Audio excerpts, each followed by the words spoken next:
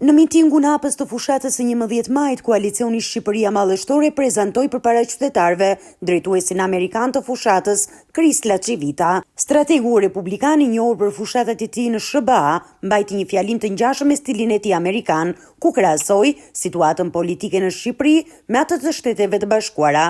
Lacivita deklaroi se ashtu si në SBA, ku sipas tij socialistët tentuan të fusin në burg presidentin Donald Trump, edhe në Shqipëri mazhoranca po përpiqet të arrestojë liderët e opozitës, por do të dështojë. Who is ready to make Albania great again?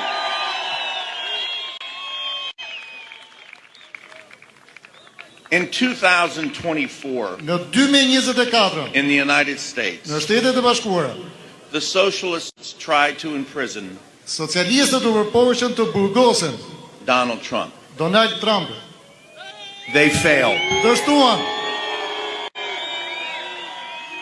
In 2025, Në 2025, here in Albania, këtu në Shqipëri, the socialists want to imprison socialistët duan të burgosen all of their opposition. të gjithë opozitën e tyre. They will fail. Po të dështojnë. Why? Përse?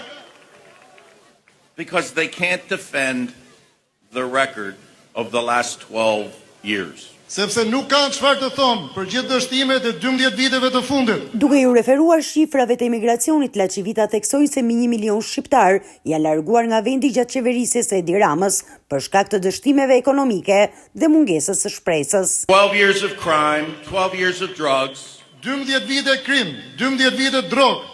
In 12 years, over 1 million Albanians have left. Dhe për 12 vjet, mbi 1 milion shqiptar janë larguar nga Shqipëria. And 12 years of economic failure. Janë 12 vjet dështim ekonomik. Why vote for the party that created all of the problems? Përse të votosh për një parti që ka krijuar të tëra problemet? Vote for Dr. Berisha. Votoni për doktor Berishën.